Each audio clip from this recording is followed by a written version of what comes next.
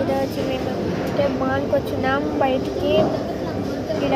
ఇది వచ్చి మాకు ఒక బ్యూటిఫుల్ స్టోన్స్ ప్లాంట్స్ ఉన్నాయి. నేను మీకు చూపిస్తా 1 minute.